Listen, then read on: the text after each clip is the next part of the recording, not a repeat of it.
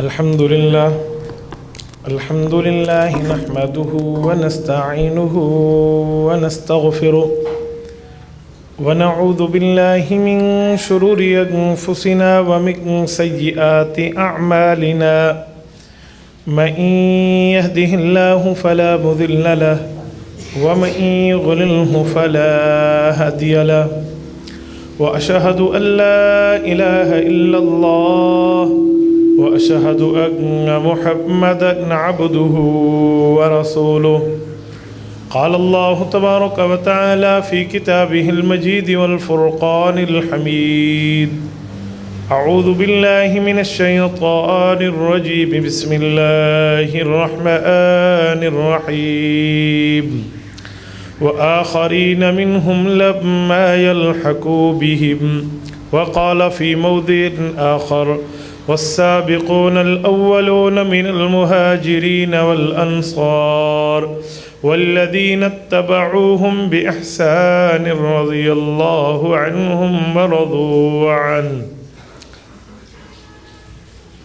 عن أبي هريرة رضي الله تعالى عنه قال: قال رسول الله صلى الله عليه وسلم: لو كان الإيمان بالثريا لتناوله رجال من هؤلاء. رواه الإمام الهمام البخاري في صحيحه. صدق الله العظيم وبلغنا رسوله النبي الأمي الكريم، ونحن على ذلك لمن الشاهدين والشاكرين، والحمد لله رب العالمین. آپ اس کا ایکو بند کریں، مجھے اپنا ساؤنڈ نہیں بتائیں، آپ درمیان میں ہلاتے ہیں، میں دنیا کے ساؤنڈ جانتا ہوں، سادہ کریں اس کو. لوگوں کو سمجھانا مقصود ہوتا ہے، آواز کی دھمک مقصود نہیں ہوتی. بعض اوقات ساؤنڈ والے دوست صحیح چلاتے ہیں نا، دیکھو ہمارا ساؤنڈ اچھا ہے، تو ساؤنڈ اچھا بن جاتا ہے، آواز نہیں سمجھ آتی. پھر اس کو آہستہ کریں، بالکل جو قریب بیٹھے ہیں وہ بندے سمجھیں. بعض اوقات بندہ دور والوں کو سمجھانے کے چکر میں قریب والوں کو سمجھ ہی کچھ نہیں آتی، تو ان کو سمجھاؤ جو سامنے بیٹھے ہیں. یہ جو ایکو ہوتا ہے نا، ساؤنڈ کی دھمک، یہ نعت میں چاہیے، تلاوت میں چاہیے، بیان میں نہیں چاہیے. بیان میں دھمک ہوگی تو ڈبلنگ پر کچھ بھی سمجھ نہیں آئے گا. میرے دوستو، میں نے آپ کی خدمت میں سورت نمبر 9 سورت توبہ آیت نمبر 111ویں پارے کے پہلے صفحے سے پڑھی ہے، اور سورت جمعہ کی آیت نمبر 3 پڑھی ہے. صحیح بخاری کتاب التفسیر باب قول اللہ تعالی وآخرین منہم سے حضرت ابو ہریرہ کی ایک مروی روایت رسول اللہ کے فرمان کی شکل میں پڑھی ہے. دعا فرمائے اللہ رب العزت مجھے اس کے مطابق حق اور سچ بیان کرنے کی توفیق عطا فرمائے، اور جب بیان ہو جائے پھر اللہ قبول کرنے کی توفیق عطا فرمائے. میرے دوستو، ہمارا آج عنوان ہے حضرت امام اعظم ابو حنیفہ رحمۃ اللہ تعالیٰ علیہ کا مقام اور مرتبہ. میں آپ کی خدمت میں حضرت امام اعظم ابو حنیفہ رحمۃ اللہ تعالیٰ علیہ کا مقام اور مرتبہ پیش کر رہا ہوں. بس آپ توجہ میری طرف رکھیں، میں آپ کی خدمت میں یہ چیز دلائل سے سمجھاؤں گا کہ امام اعظم ابو حنیفہ کو اللہ نے کیا مقام عطا فرمایا ہے. میرے دوستو، دلیل دینے کے لیے سب سے پہلے اللہ کا قرآن میں پیش کروں گا. قرآن کریم میں اللہ رب العزت نے سورت توبہ کی آیت نمبر 100 میں ایک بات ارشاد فرمائی ہے. فرمایا صحابہ کرام کا طبقہ کامیاب ہے، اور صحابہ کے بعد تابعین کا طبقہ کامیاب ہے. صحابی کسے کہتے ہیں؟ من لقی النبی صلی اللہ علیہ وسلم بالایمان، جو مؤمن رسول اللہ صلی اللہ علیہ وسلم سے ملاقات کا شرف پائے اسے صحابی کہتے ہیں. تو یہ صحابی ہے، یہ طبقہ کامیاب ہے. صحابہ کے بعد کون کامیاب ہے؟ اللہ فرماتے ہیں والذین اتبعوہم بإحسان، نیکی میں ان کی اتباع کرنے والے، تابع بننے والے کامیاب ہیں. کیسے کامیاب ہیں؟ فرمایا رضی اللہ عنہم ورضوا عنہ، میں اللہ ان سے راضی ہوں اور یہ مجھ سے راضی ہیں. اللہ نے صحابہ کو بھی کامیاب فرمایا، تابعین کو بھی کامیاب فرمایا. اور وہ حدیث پاک جو آپ اور ہم خطبے میں ہر وقت سنا کرتے ہیں، ہر وقت پڑھتے اور سنتے رہتے ہیں، وہ حدیث پاک کیا ہے؟ خیر القرون قرنی ثم الذین یلونہم ثم الذین یلونہم.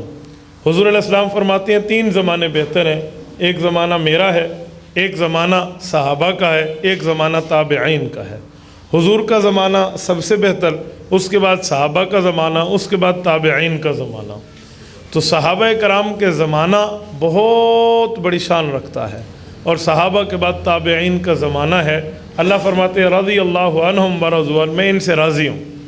اور جو دوسری آیت میں نے آپ کی خدمت میں پڑھی ہے، اس کا ترجمہ ہے وآخرین منہم لما یلحقوا بہم، فرمایا کچھ اجمی لوگ آ کر دین کی دعوت دیں گے، دین کی تبلیغ کریں گے۔ تو جب یہ آیت اتری کہ اجمی ہوں گے، عربی نہیں ہوں گے، تو صحابہ عربی تھے، ان میں اکثریت عرب کی تھی، 2-4 صحابہ عجم کے ہوں، جیسے رومی ہیں رضی اللہ عنہ یا سلمان فارسی ہیں۔ ان لوگوں نے رسول اللہ صلی اللہ علیہ وسلم سے پوچھا، حضرت ابو ہریرہ فرماتے ہیں کہ اجمی کون ہوں گے؟ تو صحیح بخاری کی حدیث ہے کتاب التفسیر کی، اللہ کے رسول فرماتے ہیں انہوں نے حضرت سلمان فارسی کے کندھے پہ ہاتھ رکھ کے فرمایا ان کی قوم میں سے ہوں گے، اور ثریا ستارے سے علم کو نیچے لے کر آئیں گے، اللہ ان کو اتنی ویلیو دے گا۔ ان آیات کی روشنی میں صحابہ کے بعد اجمی لوگوں میں جو سب سے بڑی شخصیت نظر آتی ہے جس نے دین کی خدمت سر انجام دی ہے، وہ امام اعظم ابو حنیفہ کی ذات ہے۔ امام اعظم ابو حنیفہ رحمۃ اللہ علیہ یہ اجمی بھی ہیں، اور قرآن کریم کی اس آیت کی خوشخبری بھی ہے۔ یہ پورے محدثین نے لکھا ہے، صرف حنفیوں کی بات نہیں ہے۔ آپ امام شافعی رحمۃ اللہ تعالی علیہ کے مقلدین کی کتاب اٹھائیے عقود الجمان، اس میں امام ابو یوسف دمشقی صالحی رحمہ اللہ نے لکھا ہے۔ آپ امام شافعی رحمۃ اللہ علیہ کے فقہ کے بہت بڑے ترجمان امام جلال الدین سیوطی کی کتاب اٹھائیے تمییز الصحیفہ، اس میں امام سیوطی نے لکھا ہے کہ اس سے مراد حضرت امام اعظم ابو حنیفہ کی ذات ہے۔ وہ کہتے ہیں امام ابو حنیفہ وہ ہیں جن میں تمام خوشخبریاں پوری ہو رہی ہیں، تمام خوشخبریاں۔ کون کون سی؟ حضور علیہ السلام نے فرمایا اجمی ہوگا، پہلی خوشخبری۔ نمبر 2، دین کی خدمت سر انجام دے گا بہت بڑی۔ نمبر 3، وہ آدمی ستارے سے علم لائے گا۔ نمبر 4، صحابہ کے بعد آئے گا۔ یہ چاروں خوشخبریاں امام ابو حنیفہ پر پوری ہوتی ہیں۔ امام ابو حنیفہ سن 80 ہجری میں پیدا ہوئے ہیں، جمہور کے قول کے مطابق۔ سن 80 ہجری تک صحابہ کرام کا زمانہ چل رہا تھا، بلکہ صحابہ کا زمانہ 110 ہجری پہ ختم ہوا ہے۔ امام ابو حنیفہ نے اپنی جوانی کے 30 سال صحابہ میں گزارے ہیں۔ نمبر 2، امام ابو حنیفہ رحمۃ اللہ علیہ صحابہ کے بعد آئے ہیں۔ دوسری بات، امام ابو حنیفہ اجمی ہیں، باقی کوئی ائمہ اربعہ میں امام اجمی نہیں ہے۔ امام مالک بنو اصبہی قبیلے کے ہیں، وہ عربی قبیلہ ہے۔ امام شافعی مطلبی قبیلے کے ہیں، وہ عربی قبیلہ ہے۔ امام احمد شیبانی قبیلے کے ہیں، وہ عربی قبیلہ ہے۔ امام اعظم ابو حنیفہ اجمی قبیلے کے ہیں، اور اس حدیث پاک اور اس آیت کی مصداق ہے۔ تیسری دلیل، امام اعظم ابو حنیفہ دین کا بہت بڑا کام سر انجام دیں گے۔ کیا مطلب؟ اتنا بڑا کارنامہ اس سے پہلے کسی نے سر انجام نہیں دیا ہوگا۔ وہ کارنامہ کیا سر انجام دیا امام صاحب نے؟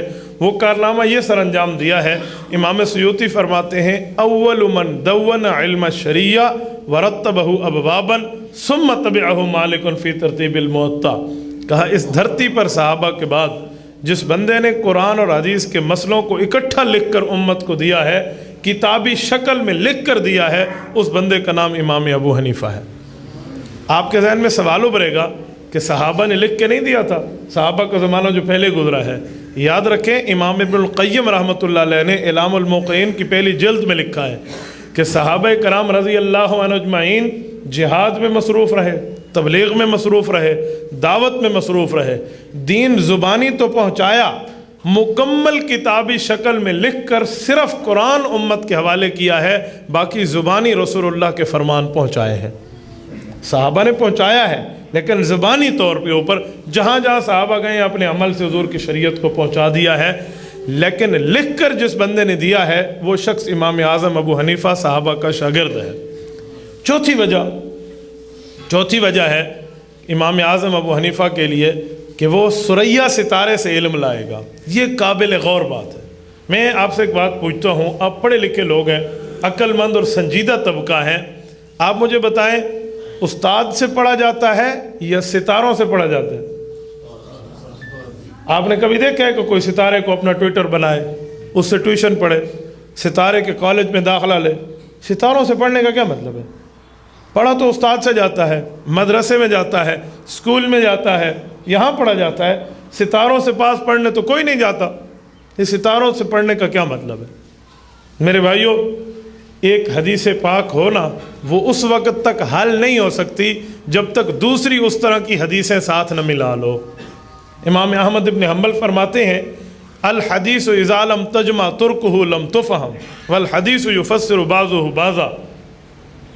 الکفایہ فی علم الروایہ کے اندر یہ روایت موجود ہے۔ امام خطیب بغدادی نے لکھا ہے کہ امام احمد فرماتے تھے جب ایک حدیث حل نہ ہو، اس حدیث کو دوسری حدیثوں کے ساتھ ملا لو تو مطلب حل ہو جائے گا۔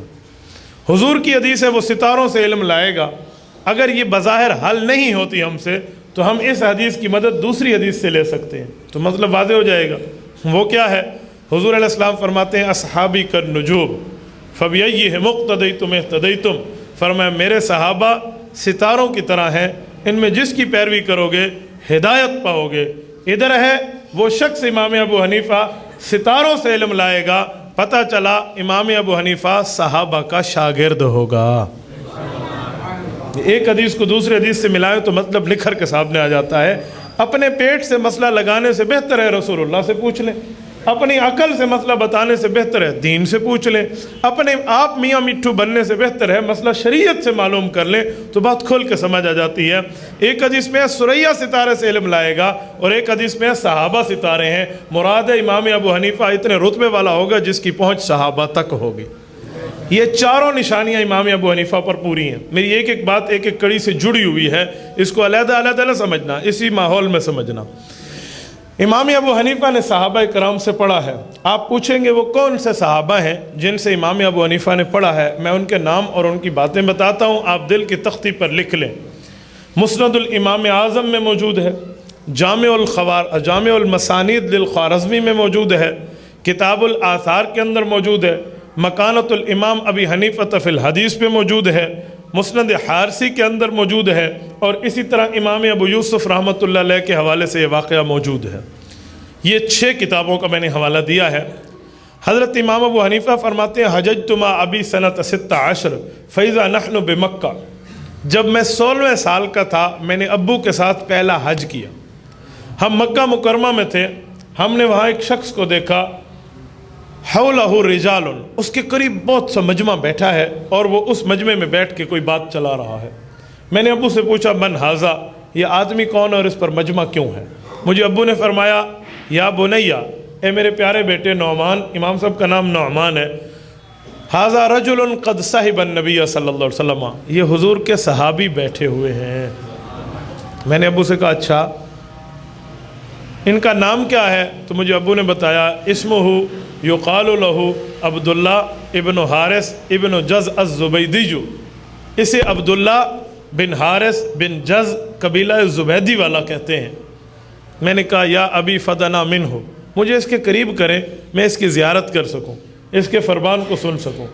امام فنی فرماتے فجعل یفرج عن الناس، میرے ابو نے ان مجمع والوں سے کہا کہ لوگوں تھوڑی مہربانی کر لو، میرا بچہ ہے یہ دیکھنا چاہتا ہے، ذرا اس کو زیارت کر لیں، تو یہ بچہ اس معصوم میں آگے جانے دو۔ یوں کہہ کے ابو نے ان سے منت سماجت کی، وہ لوگ ہٹ گئے۔ کہتے ہیں حتیٰ دنوت منہ، میں اس صحابی کے قریب ہوا، رأیتہ و سمعتہ، میں نے اس کی زیارت بھی کی ہے اور اس سے حدیث پاک بھی سنی ہے۔ یقول، وہ صحابی فرما رہے تھے قال رسول اللہ صلی اللہ علیہ وسلم، اللہ کے رسول صلی اللہ علیہ وسلم نے ارشاد فرمایا من تفقہ فی دین اللہ کفاہ اللہ ہمہ و رزقہ من حیث لا یحتسب۔ اللہ نے فرمایا، اللہ کے رسول نے فرمایا، یہ صحابی کرے میں نے سنا ہے، اللہ کے رسول نے ارشاد فرمایا صلی اللہ علیہ وسلم، اے لوگو علم فقہ حاصل کر لو، دین میں مہارت حاصل کر لو، اللہ 2 انعام دیں گے، 2 انعام۔ نمبر 1، اللہ تمہارے اوپر تکلیفوں کے لیے خود ہی کافی ہو جائیں گے، تمہارے اوپر تکالیف نہیں آنے دیں گے۔ نمبر 2، تمہیں رزق کی پریشانی نہیں رہے گی، اللہ ایسی جگہ سے روزی عطا فرمائیں گے جہاں سے تمہیں گمان ہی نہیں ہوگا۔ میاں چنوں کے دوستو، امت تک یہ حدیث حضور کی پہنچی ہے تو امام ابو حنیفہ کے واسطے سے پہنچی۔ پہلے صحابی عبداللہ بن حارث بن جز الزبیدی ہیں جن سے امام صاحب نے پڑھا بھی ہے، ان کی زیارت بھی کی ہے۔ جو بندہ کسی کو دیکھے اسے کہتے ہیں رؤیا، جو بندہ کسی کو سنے اسے کہتے ہیں روایا۔ امام ابو حنیفہ رؤیتاً، صحابہ کو دیکھنے والے بھی تابعی ہیں، روایتاً بھی تابعی ہیں، صحابہ سے حدیث سننے والے بھی تابعی ہیں، صحابہ کی زیارت بھی کی ہے، صحابہ کو دیکھا بھی ہے۔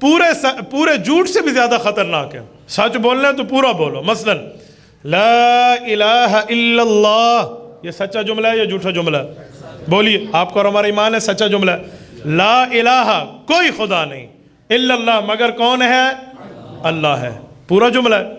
اب کوئی اسے یوں پڑھے لا الہ لا الہ لا الہ، کوئی خدا نہیں کوئی خدا نہیں، تو وہ کیمونسٹ ہوگا، وہ دہریہ بن جائے گا جو خدا کی ذات کا انکار کر رہا ہے.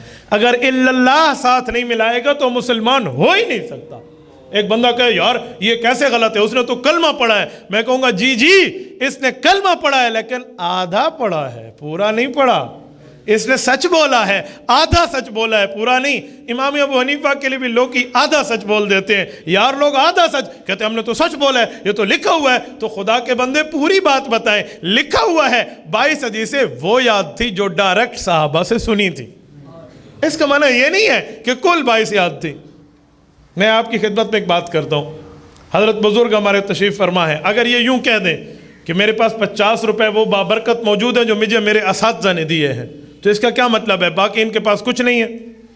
یہ کیسی بات ہے دنیا میں بندہ کر دے.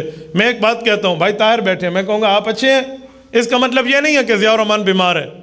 بھئی ایک بات سے دوسری بات آپ نے کہاں سے نکال لی؟ امام ابو حنیفہ کو 22 حدیثیں یاد ہے، اس سے کیا مطلب 22 کون سی ہیں؟ تو بات پوری کرنی چاہیے. تو میں بات کر رہا تھا، یہ چوتھی خوشخبری امام ابو حنیفہ پر پوری ہو رہی ہے. یہ 5ویں استاد ہیں صحابی. میں پھر صحابہ کے نام بتا دیتا ہوں. حدیثیں میں کسی اور موقع پہ آپ کو تفصیلاً درس حدیث پہ سمجھاؤں گا کہ کون کون سی ڈائریکٹ حدیثیں امام ابو حنیفہ نے صحابہ سے سنی ہیں. امام صاحب نے جو ڈائریکٹ سنی ہے ان کی تعداد 22 ہے. جو صحابہ کے شاگرد تابعین سے سنی ہے ان کی تعداد 670 ہے. اور جو صحابہ کے شاگرد کے شاگردوں سے سنی ہے ان کی تعداد امام ابو حنیفہ کے ہاں 1700 ہے. اور باقی لاکھوں حدیثوں کا وہ بندہ حافظ ہے. وحدانی ہیں، ثلاثی ہیں، ثنائی ہیں، رباعی ہیں، پوری احادیث کی قسمیں ہیں، تفصیلات ہیں. پھر بندے کو بات جا کر سمجھ آتی ہے. امام ابو حنیفہ کے چھٹے استاد جو صحابی رسول ہیں ان کا نام ہے حضرت واصلۃ بن الاسقا. 7ویں استاد جو امام ابو حنیفہ کے صحابی رسول ہیں ان کا نام ہے عبداللہ ابن ابی حبیبہ. 8ویں استاد امام ابو حنیفہ کے جو ہیں اور وہ صحابی رسول ہیں ان کا نام ہے حضرت سہل بن سعد الانصاری المدنی رضی اللہ عنہ. 9ویں استاد امام ابو حنیفہ کو جو صحابی رسول ہیں ان کا نام ہے عبداللہ ابن ابی اوفا رضی اللہ عنہ. 10ویں استاد جو امام ابو حنیفہ کے صحابی رسول ہیں ان کا نام ہے ابو امامہ باہلی الشامی رضی اللہ عنہ. 11ویں استاد امام ابو حنیفہ کے جو صحابی رسول ہیں ان کا نام ہے سیدنا صدی بن عجلان رضی اللہ عنہ. 12ویں استاد امام ابو حنیفہ کے جو صحابیہ رسول ہیں ان کا نام ہے سیدہ عائشہ بنت اجرد رضی اللہ عنہ. یہ 1 درجن وہ صحابہ ہیں جن سے امام ابو حنیفہ نے پڑھا ہے. تو جو 12 بندوں کی ڈائریکٹ زیارت صحابہ کی سن کر بتا رہا ہے تو یہ صحابہ ستارے ہوئے یا نہ ہوئے؟ تو جو حدیث میں ہے کہ یہ بندہ آئے گا اور ثریا ستارے سے علم لائے گا، تو صحابہ سے علم لایا ہے یا نہیں لایا؟ تو یہ چوتھی نشانی بھی امام ابو حنیفہ پر پوری ہے. ایک بندہ مجھے کہنے لگا اجمی تو امام بخاری بھی ہیں، آپ ان کو اپنا امام کیوں نہیں مانتے؟ اجمی تو امام مسلم بھی ہیں، آپ ان کو اپنا امام کیوں نہیں مانتے؟ اجمی تو امام ابو داود بھی ہیں، آپ ان کو اپنا امام کیوں نہیں مانتے؟ اجمی تو امام ترمذی بھی ہیں، آپ ان کو اپنا امام کیوں نہیں مانتے؟ میں نے کہا میرے بھائیو، یہ امام ضرور ہیں، بڑے ضرور ہیں، اجمی ضرور ہیں، پر وہ نشانی ان پر پوری نہیں ہوتی کہ یہ صحابہ سے پڑھنے والے ہوں. اس کا مطلب یہ نہیں ہے ہم کسی کے دشمن ہیں، اس کا مطلب یہ نہیں ہم کسی پر ابجیکشن اور اعتراض کر رہے ہیں. ایک جملہ میں آپ کی خدمت میں کہوں. ایک دوست ایک دن ہمارے حضرت استاد جی سے پوچھنے لگا کہ آپ امام ابو حنیفہ کو امام مانتے ہیں، اس کی وجہ کیا ہے؟ امام تو باقی بھی سچے ہیں. سچے نہیں ہیں؟ استاد نے فرمایا جی سچے ہیں. تو اس نے کہا آپ باقی اماموں کو چھوڑ کے اسے کیوں مانتے ہو؟ حضرت استاد جی نے فرمایا بیٹا مسجدیں تو بہت سی ہیں، آپ باقیوں کو چھوڑ کے ادھر نماز پڑھنے کیوں آئے ہو؟ وہ کہنے لگے جی باقی مسجدیں چھوٹی ہیں، یہ مسجد بڑی ہے. تو حضرت استاد جی نے فرمایا باقی امام چھوٹے ہیں، یہ امام اعظم ہے، یہ بڑا امام ہے. ایک شخص ایک دن مجھے بندہ کہنے لگا امام اعظم کا معنی ہوتا ہے بڑا امام، وہ تو رسول اللہ صلی اللہ علیہ وسلم ہے، حضور امام اعظم ہے. میں نے کہا سادے آدمی، حضور امام اعظم نہیں، حضور رسول اعظم ہے. لفظ سیدھا بولیں، امام کا درجہ تو نبی سے بہت کم بہت کم بہت کم بہت کم ہے. یہ حضور کو امام اعظم کیا کہہ رہے ہو؟ رسول اللہ تو رسول اعظم ہے، حضور پیغمبر اعظم ہے، حضور پاک علیہ الصلوۃ والسلام تو امام الانبیاء ہے. یہ امام اعظم کا معنی ہے صحابہ کے شاگردوں کا بڑا امام. اس کا مقابلہ حضور سے نہیں ہے۔ جیسے کہا جاتا ہے مفتی اعظم، مفتی اعظم تو پھر حضور ہوئے، سب سے بڑے مفتی اعظم۔ آپ سعودیہ والوں کو کیوں کہتے ہو مفتی اعظم؟ کہ وہ مفتی اعظم ہیں۔ وہ اللہ کے بندے، ہم نے کسی کے ریال لینے کے لیے اس کو مفتی اعظم مان لیا ہے، اللہ کی خوشنودی کے لیے امام ابو حنیفہ کو امام اعظم نہیں مانا، تو مفتی اعظم کو مانا فتویٰ سب سے بڑا دینے والا نا، تو مفتی اعظم تو پھر اللہ کے رسول کو کہیں کہ اللہ کے رسول صلی اللہ علیہ وسلم بھی تو سب سے بڑے مفتی تھے جو فتویٰ دیتے تھے، لیکن بعض اوقات اس پر سمجھ نہیں آتی۔ چلو میں اگلی بات کر رہا ہوں۔ امام ابو حنیفہ رحمۃ اللہ تعالیٰ علیہ، جن کی خوشخبری یوں قرآن میں اور یوں حدیث پاک میں آ گئی اور ان نے صحابہ سے پڑھا، امام ابو حنیفہ کا کارنامہ کیا ہے؟ انہیں کون سے کارنامے سر انجام دیے ہیں جس کی وجہ سے دنیا ان کو سلام پیش کرنے پر مجبور ہے، اور امام اعظم کے نام کا لقب ان کے ساتھ یوں الاٹ ہو گیا ہے جیسے کسی کو باپ کی وراثت میں زمین مل جائے۔ لفظ امام اعظم کہو تو فوراً ذہن امام ابو حنیفہ پر جاتا ہے۔ آخر اس کی وجہ کیا ہے؟ سنو میرے دوستو، اللہ کے رسول صلی اللہ علیہ وسلم کی حدیث ہے، رسول اللہ صلی اللہ علیہ وسلم فرماتے ہیں وَأَقْضَاهُمْ عَلِي، میرے صحابہ میں سب سے بڑا قاضی، فیصلے کی طاقت رکھنے والا یہ علی المرتضیٰ ہے رضی اللہ عنہ۔ ایمان ہے یا نہیں ہے؟ حضرت علی سب سے بڑے قاضی ہیں۔ سیدنا علی المرتضیٰ کا امام ابو حنیفہ سے رشتہ کیا ہے؟ ذرا اس کو دیکھیں تو بات کھل جائے گی۔ حضرت علی المرتضیٰ کے ایک شاگرد کا نام زوتی ہے۔ زوتی حضرت علی المرتضیٰ کو فلودہ کھلانے والا ایک شاگرد ہے۔ اس صبح سے لے کر اشراق کے وقت تک ان کی خدمت کرتا، پھر اس کے بعد زوال کے بعد آتا تو رات گئے تک حضرت علی المرتضیٰ کے ساتھ رہتا۔ ایک دن یہ زوتی آیا اور ان نے آ کے حضرت علی المرتضیٰ سے دعا کی درخواست کی، کہ دعا فرمائیں میری اہلیہ امید سے ہیں، میری اہلیہ امید سے ہیں، اللہ مجھے بیٹا عطا فرمائے اور میں بھی اس کو آپ کے سامنے دین کے لیے وقف کر دوں۔ سیدنا علی المرتضیٰ نے دعا فرمائی، کچھ دن گزرے تو اللہ نے اسے بیٹا عطا فرمایا۔ اس بیٹے کا نام ثابت رکھا گیا، اور یہ اپنے ثابت بیٹے کو اٹھا کر سیدنا علی المرتضیٰ کے پاس آیا۔ حضرت علی اشراق کی نماز پڑھ چکے ہیں، مصلی پر بیٹھے ہوئے ہیں، وہ بیٹا ان نے ہاتھ میں دیا، حضرت علی المرتضیٰ نے اٹھایا اور اسے گھٹی دی ہے، سب سے پہلی گھٹی اپنی زبان دی ہے۔ سیدنا علی المرتضیٰ نے اس کو دعا دی ہے اور اس باپ کو اس کے بیٹے کو واپس کر کے نور نظر ہونے کی دعا کر کے واپس کر دیا ہے۔ میرے دوستو، میاں چنوں کے مسلمانوں، یہ ثابت عام بندہ نہیں ہے، امام ابو حنیفہ کا والد ہے، جس کو یوں سیدنا علی المرتضیٰ نے اٹھایا ہے۔ حضرت علی المرتضیٰ اقضاہم علی ہیں، اس کی گھٹی امام ابو حنیفہ کے والد کی زبان میں آئی ہے، تو اس گھٹی کا اثر ہے کہ امام ابو حنیفہ کو اللہ نے امام اعظم بنایا، یہ اسی کا اثر ہے۔ نعمان بن ثابت، امام صاحب کا نام نعمان، والد کا نام ثابت ہے، امام ابو حنیفہ کے والد یہ ہیں۔ ایک بندہ ایک دن مجھے کہنے لگا، آپ امام ابو حنیفہ کی بات کرتے ہیں، لیکن ایک بات میں پوچھوں، سچ بتانا۔ میں نے کہا آپ 10 پوچھیں، ہم سچ بتائیں گے، جھوٹ بولنا تو ہماری صفت پہ نہیں لکھا۔ مذہب پہ جھوٹ بولے تو قبر میں کیا جواب دیں گے، دین پہ جھوٹ بولے تو اللہ کو کیا جواب دیں گے۔ جو آدمی دنیا میں جھوٹ بولے غلط وہ بھی ہے، لیکن جو دین میں جھوٹ بولے وہ اس کائنات کا فرعون بن جائے گا۔ اس کی وجہ یہ دین میں جھوٹ بول رہا ہے۔ دنیا میں جھوٹ غلط، دین میں جھوٹ اس سے بڑھ کے غلط۔ جیسے گناہ کرنا باہر غلط، مسجد میں اس سے زیادہ غلط، تو دنیا میں جھوٹ بولنا غلط، دین میں جھوٹ بولنا اس سے زیادہ غلط۔ آپ بات پوچھیں، میں بتاؤں گا۔ کہنے لگا آپ کے امام میں ایک عیب نکال کے آ رہا ہوں، آپ کو ماننا پڑے گا کہ آپ کے امام میں وہ عیب تھا۔ میں نے کہا یار، جسے اللہ کا رسول دعائیں دے، مجھے نہیں لگتا وہ عیب دار ہو، وہ تو بے عیب ہے۔ ہو سکتا ہے آپ کی نظر میں قصور ہو سکتا ہے آپ کی سوچ میں قصور ہو، چلو آپ لے کر آ جائیں، میں آپ کی بات کا جواب دوں گا، بات بنے گی تو جواب دوں گا، نہیں تو میں ایکسیپٹ کرنے میں مجھے کوئی حرج نہیں ہوگا، میں مان لوں گا۔ کہنے لگا امام ابو حنیفہ فرض نمازیں تو پڑھتے تھے، لیکن بالغ ہونے کے بعد اس نے پوری زندگی بقرہ عید کی نماز نہیں پڑھی۔ اگر اس نے عید الاضحیٰ کی نماز پڑھی ہے، بقرہ عید کی نماز کہیں پڑھی ہے، آپ اس کی دکھا دیں نماز پڑھنا، میں آپ کے ہاتھ چوم کے آپ کی بات مان لوں گا۔ میں نے کہا جی آپ کی بات سچی ہے، امام ابو حنیفہ نے بقرہ عید کی نماز پوری زندگی بالغ ہونے کے بعد نہیں پڑھی۔ تو کہنے لگا جی پھر آپ اسے امام کیوں مانتے ہیں؟ میں نے کہا پھر بھی مانتا ہوں۔ اس کی وجہ، آپ نے آدھا سچ بولا ہے، پورا سچ نہیں بولا۔ آپ بتا دیتے کیوں نہیں پڑھی تو میرے خیال میں کہتا بالکل ٹھیک کیا ہے۔ اچھا، میں نے تو پوری بات یہی پڑھی ہے۔ میں نے کہا جی آپ کو بتایا آدھا سچ گیا ہے نا، بندے کو اللہ نے دونوں آنکھیں دی ہیں، دونوں ہاتھ دی ہیں، تحقیق پوری کر لے، جب تحقیق آ جائے گی تو بات نکھر کے سامنے آ جائے گی۔ آؤ میں آپ کی خدمت میں جواب دیتا ہوں، توجہ۔ مقدمہ شامیہ اٹھائیں، شامیہ کے مقدمہ صفحہ 126 کے اوپر حضرت امام شامی رحمہ اللہ کی اس کتاب کے مقدمے میں لکھا ہوا ہے،